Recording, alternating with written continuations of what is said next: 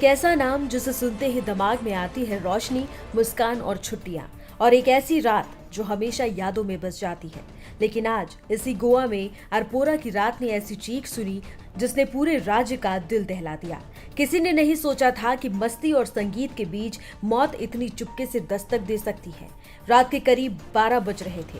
अरपोरा इलाके का birch by Romeo Lane club अपने चरम पर था। रोशनी, शोर, खाना, भीड़, सब कुछ एकदम सामान्य। लेकिन उसी समय क्लब के किचन एरिया में एक तेज धमाका हुआ।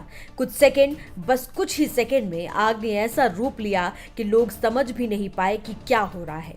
किचन से उठी लपटें सीधे बेसमेंट की तरफ बढ़ी और फिर धुआं इतना घना कि इंसान एक दूसरे का चेहरा तक नहीं देख पाया। प्रत्यक्षदर्शियों के मुताबिक घबराहट में लोग बाहर की तरफ नहीं बल्कि बेसमेंट की ओर भागे और वही गलती उनकी जान ले बैठी। सिर्फ कुछ मिनटों में पूरा बेसमेंट धुएं से भर चुका था। तकनीकी रूप से आग से ज्यादा खतरनाक चीज होती है धुआं, और वही हुआ। धुएं ने 20 लोगों की सांसें रोक दी। 3 लोग ऐसे मिले जिनके जिस्म इतनी बुरी तरह से झुलस चुके थे कि पहचान मुश्किल थी। बाद में 2 और लोग जिंदगी की लड़ाई हार गए। कुल 25 लोगों की जान चली गई। मैं एक्चुअली घर पे जा रहा था, तभी देखा कि आवाज़ आया लाश का वगैरह।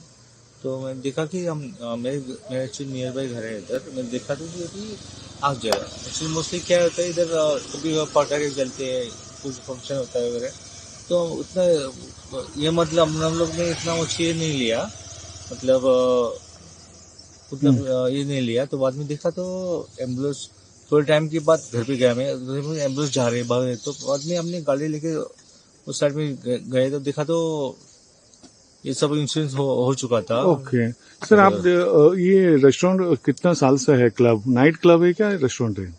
हाँ देखो, मोस्टली क्या होता है ना, ये इधर नियर बाई एरिया जो भी है वो मोस्टली क्या होता है, कोई भी रेंट पे लेता है, कोई ये रहता है म्यूजिक वगैरह। न्यू अभी क्या दिसंबर में है, तो जो भी कोई रेंट लिया होगा वो एक्चुअली हमको लोग को मालूम नहीं रहता एक्चुअली। ओके, बट ये नाइट क्लब है क्या रेस्टोरेंट है?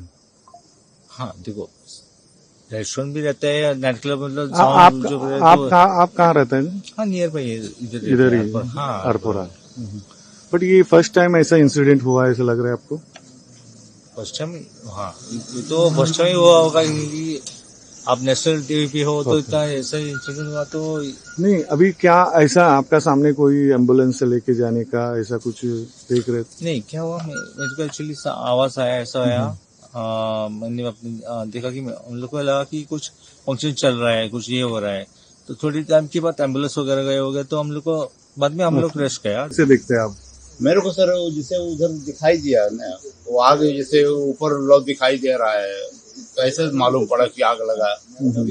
क्या आवाज ऐसा कुछ आवाज आया जैसे टायर गाड़ी का बोलता है ना, उससे आवाज आया, जैसे सिलेंडर ब्लास्ट हुआ है, मालूम पड़ा वो।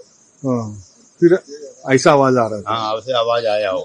तो फिर कुछ लोग ऐसा कुछ इंजर्ड का इधर लोग देखा आंखों से? इधर जैसे जो लोग था वो देखा इधर से। हाँ।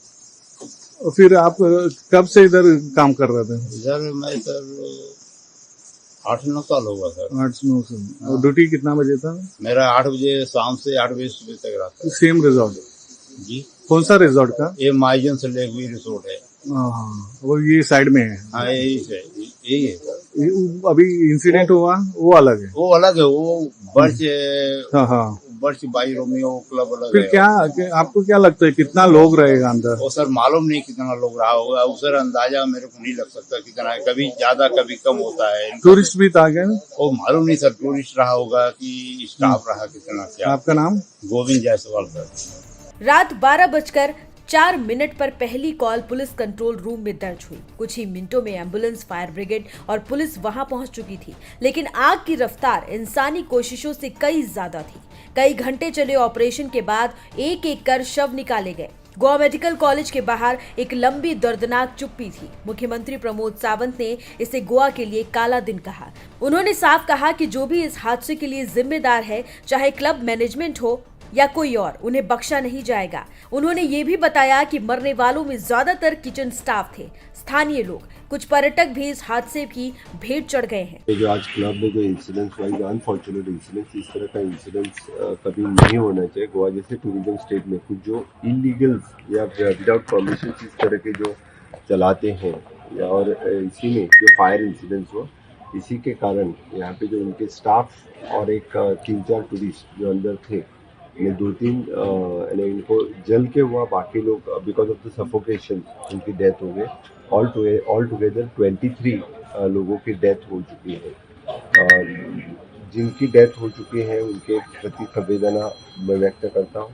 गोवा सरकार की तरफ से पूरी उसकी इंक्वायरी की जाएगी, और जो कल्प्रिट इसमें हैं, जो उनको बिहाइंड द बार्स किया जाएगा। सर, क्या आप मानते हैं कि बहुत बड़ी घटना है? पिछले 5 सालों में इस तरह की घटना कभी नहीं हुई थी। गोवा के हिस्ट्री में इस तरह का टूरिज्म लेवल पे इंसिडेंट होना है बहुत बड़ी घटना है। इस तरह का इंसिडेंट कभी नहीं हुआ था। तो इस तरह की फायर सेफ्टी और tragedy, this is the first time at least, 10-20 साल में तो पहला इंसिडेंट, इतनी बड़ा इंसिडेंट कभी नहीं हुआ था। पर हैंसफोर्थ मैं मेरी पुलिस डिपार्टमेंट, फायर डिपार्टमेंट, इनको पूरी तरह से सेफ्टी लेने की, सभी प्रिकॉशंस लेने के लिए कहूँगा। वहीं स्थानीय विधायक माइकल लोबो ने कहा कि अगर क्लब ने सुरक्षा नियमों का पालन किया होता तो शायद आज किसी परिवार में चूल्हा ठंडा नहीं पड़ता। उन्होंने पूरे राज्य के क्लबों का फायर सेफ्टी ऑडिट कराने की मांग की है। पुलिस और फायर विभाग की शुरुआती जांच में सामने आया कि क्लब में फायर सेफ्टी के पर्याप्त इंतजाम नहीं थे। अब मैनेजमेंट के खिलाफ कानूनी कार्रवाई शुरू हो चुकी है और पूरे गोवा में सभी नाइट क्लबों की नोटिस जारी किया जाएगा और जिनके पास अनुमति नहीं है उनके लाइसेंस रद्द किए जाएंगे। अनफॉर्चुनेट इंसिडेंट हुआ है यहाँ पे अल्पोला के अंदर में एक रेस्टोरेंट कम क्लब है। वहाँ पे 12:04 पे पुलिस कंट्रोल रूम में इंफॉर्मेशन आई कि वहाँ कोई फायर इंसिडेंट हुआ है, और वहाँ इमिडिएटली पुलिस और फायर ब्रिगेड और एम्बुलेंस वगैरह सब ने रश किया उधर। तो अब फायर तो अंडर कंट्रोल है और वहाँ से डेड बॉडीज सारी निकाली गई है। तो उसमें टोटल जो डेथ काउंट है उसमें 23 है, और इसमें जो ज़्यादातर जो बॉडीज मिली हैं वो नीचे जहाँ किचन है इसका रेस्टोरेंट का, वहाँ पे डेड बॉडीज मिली है।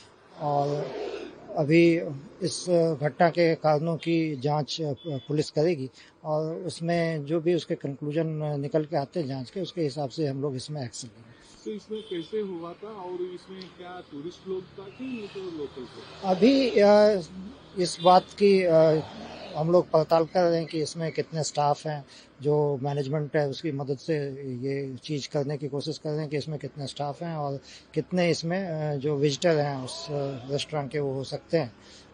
अपेरेंटली ज़्यादातर जो दिखाई दे रहे हैं अभी तक, जो प्राइमा फेसाई और इनिशियली हम लोगों ने देखा है, वो स्टाफ दिखाई दे रहे हैं और कुछ लोग इसमें विजिटर भी हो सकते हैं और जल्दी हम इसको इस्टेब्लिश कर लेंगे। तो क्या रेस्टोरेंट बंद था क्या, नहीं तो क्लोज था क्या?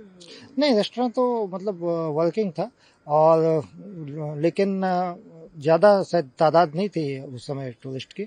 और जब आग लगी तो ज़्यादातर जो लोग थे जो वहाँ खाना वाना खा रहे थे वो लोग वहाँ से निकलने में सफल हुए। गोवा जहां लोग यादें बनाने आते हैं, उसी गोवा ने आज 25 घरों को हमेशा के लिए यादें दे दी, दर्द की, आंसुओं की और सवालों की। क्या एक रात की लापरवाही जिंदगियों से ज्यादा कीमती है? क्या एक ब्लास्ट हमें फिर से ये सोचने पर मजबूर नहीं करता कि सफर, मौज, पार्टी सब तभी मायने रखते हैं जब जिंदगी सुरक्षित हो? ये कहानी सिर्फ गोवा की नहीं है, ये चेतावनी है। सुरक्षा नियम कागज पर नहीं, जमीन पर लागू होने चाहिए, क्योंकि मौत बस एक चूक की दूरी पर खड़ी होती है।